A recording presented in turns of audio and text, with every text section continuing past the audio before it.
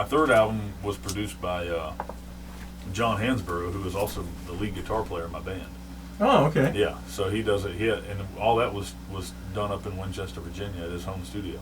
Oh, really? Yeah. So we did all those songs, and it was over the course of 2.5 years. But I would go over to John's house, and he did all the production on that, and he killed it. He nailed it. And we'd send it off to my guy Aaron Chemwelski in Tennessee, and he polished everything up and made it really stand out. How are you involved? How much are you involved in the process of For this one, I was involved in every single step of the way. Oh, And all the artwork and stuff on the CD. so you're saying you're going to be a producer someday? Let's get the artistry career first. Oh, okay. But hey, you never know. Yeah. I mean, once you see how it happens and you got it in your head how it's got to work, you say, "Oh, okay. Yeah. I've got a vision, and the artist got a vision, and we can put it together, and boom." I think I gave myself co-production credit. Okay, there we go. Yeah. Well, you can do that. Because and that was the cool thing about this album. This third album was we did it song by song. We didn't. It's not like we went into a studio and cut all the tracks to all the songs in one session. Yeah. We would just start on a song and lay the drums down, and lay some guitar down, lay some vocal, lay this, lay that. It was we really pieced everything together. Mm-hmm. So we really got to take the time and because I hear studio time costs a hunk of money. That's Fortunately, we didn't have to worry about that. Oh, because it's in his basement. There we go. And you got the walls and everything. Reverb is good. Exactly. Good. Yeah. So you gotta play us a song. I can definitely do that. All right. I can definitely do that. All right. Yeah. I'll play one that is a strong runner for my fourth album. Okay. One that I wrote with Younger and Blaine Bunting and song called "The Overnight Blues." Little emotional play on word, weather, and with heart emotion. The Overnight Blues.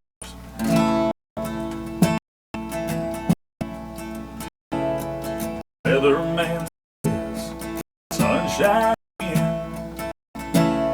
The way I've been feeling, my front's moving here. So cover me up with everything that I have. I talk to Jesus and ask for it back. In the middle of the night, I reach for you. There's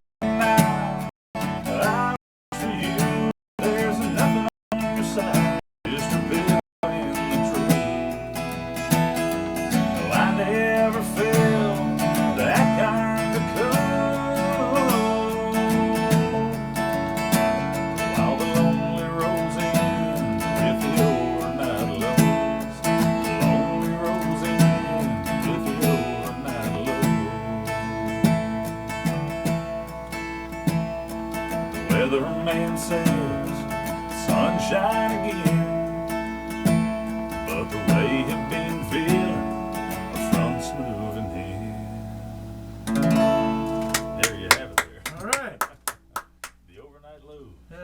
Be on the lookout for that one. I think that's going to make the cut for the fourth one. Yeah, yeah, okay, okay. But we, but before we jump the gun too much, yeah, we've got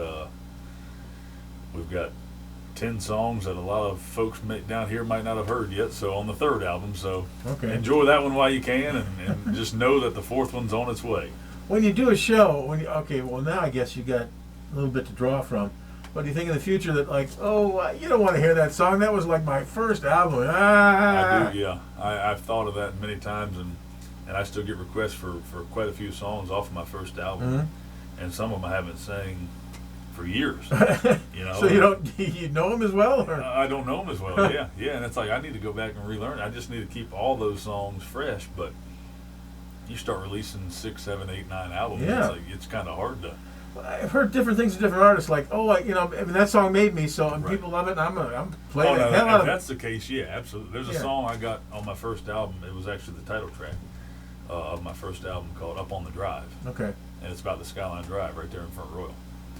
And I've obviously never forgot the words of that one because it's such a. Every time I go and I play anywhere in that area, it usually gets requested at least once, because everybody can relate to that up there. Okay. The Skyline Drive and the Shenandoah National Park. That's one that I have not forgot. Okay. But there's been quite a few songs that I'm like, oh. I mean, you don't want to think about it. There's not a song. It's like, man, I don't want that one. I don't want to play that in 10 years. I really don't. Exactly. Well, and you play these songs so much, it's kind of like, oh, okay. Okay, I'll do this again. But but it's like you don't get as thrilled of it, and that's just the nature of the beast. I'm not saying it's a bad song or bad. Just repeat. You kind of want to keep it fresh and keep it new, and it's repetitiveness. Well, I don't know if you know Gordon Lightfoot with his work. Oh yeah, but I love him. I listen to him sometimes on earlier songs, and he changes them for his later releases a bit. It's like, wait a minute, is that the same? Oh yeah, okay. It's a fresher sound. And I guess that keeps the artist as well as the crowd going for a while. Yeah, because again, it goes back to you need to sell the song. Yeah. You don't just want to get there and sing it. Yeah. And you have to you have to put the emotion into it. If you're just singing it, you're not really putting any emotional inflection in it. Not nothing new. Exactly. I know that. That's my old. Okay. But, Gordon Lightfoot, what a musical genius he is. Oh my God! I love. When I first heard his album, I had to go get that. It was like, dang, it was amazing. His voice. Oh yeah. It's just so pure. He has a great documentary. Oh yeah, I heard about that. I think it's on Amazon Prime or Netflix or something like that. Yeah. Okay. Wonderful documentary. Yeah, I mean, there's some people that I always remember. It's just like, man, that's beyond. He was here one time too. Is that right? Oh yeah. Wow. It was like, back in the day when they didn't have assigned seats downtown, you look for the mayor and you sit next to him. That's where you go.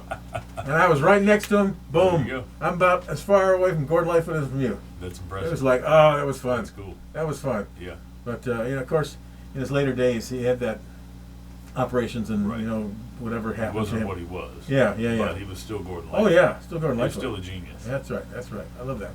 Yeah. So where are you on the road? Where's your next stop? I head up north, stopping in Orange, Virginia today, then on to Fredericksburg. That's near Charlottesville, right? Yeah, exactly. Okay. Yeah. And then on to Fredericksburg. To the right.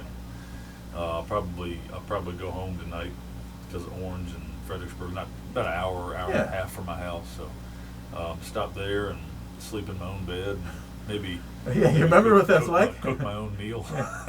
What is that like? Yeah, I know. It's last night at the hotel.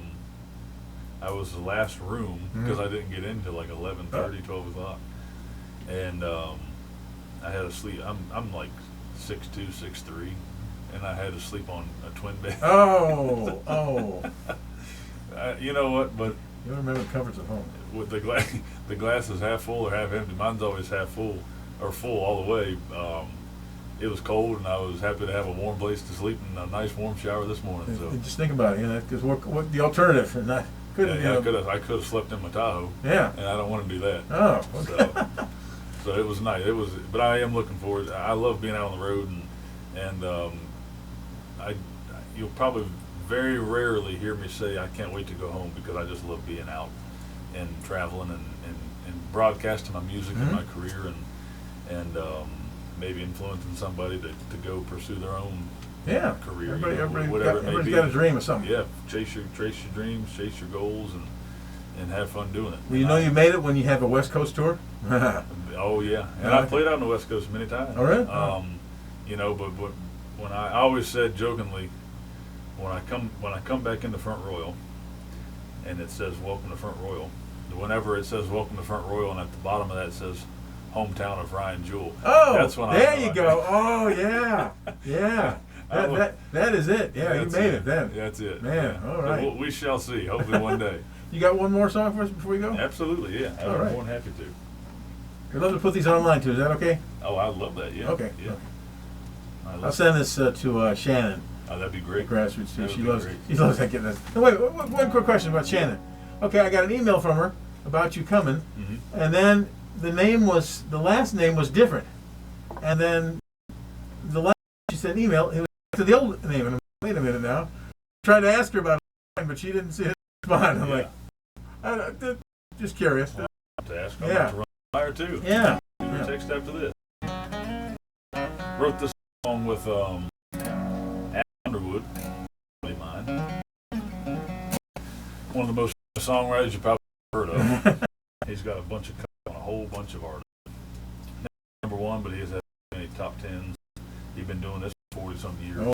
Great friend of mine. Very fortunate to know him. Song with him. And if you're out there listening, we call later today when I'm on the road. The song is we wrote this song in the Nashville Palace. Nashville, right outside, right by the airport. One of my favorite bars to go to if I have to go to a bar. I just got finished with a show there early afternoon. He came to listen to it. We were talking, and I don't know what we were talking about, but said something along the lines of, well, if I was a bad man, something. And he perked up, and I perked up, and we started writing a song. I finished the first verse there in the Nashville Palace, and we started working on the chorus, and we both split ways. But we got together the next day and finished the song about an hour. And it's a fun song, and again, I think it's pretty suitable to anybody out there listening. I don't understand what I was going through when we wrote that. This song is called "If I Was a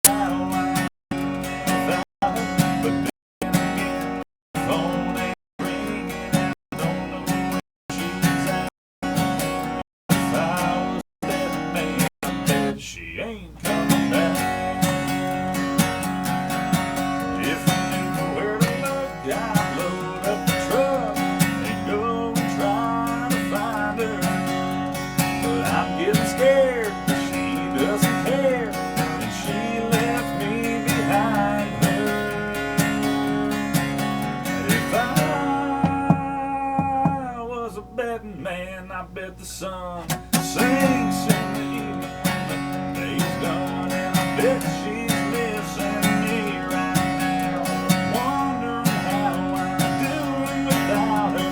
But then again, my phone ain't ringing, and I don't know where she's at. Yeah, if I was a betting man, I bet she ain't coming back.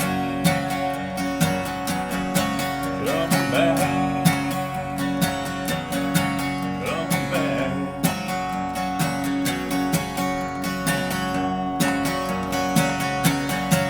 Alrighty. I was a betting man. Front Royals, very own Ryan Jewell. That's it. All right. Okay. I want to thank you very much for being here, hanging out with us for a while. Man, and, I appreciate your mini that. concert. Yeah, absolutely. I'd be more than happy to come by and do it again. Okay. And hopefully we can get down to the Harvester and Yeah. bring the band in, and we'll have a good old time. All right. Good old time. Thank you very much. I appreciate Thank it. y'all very, very much. All right.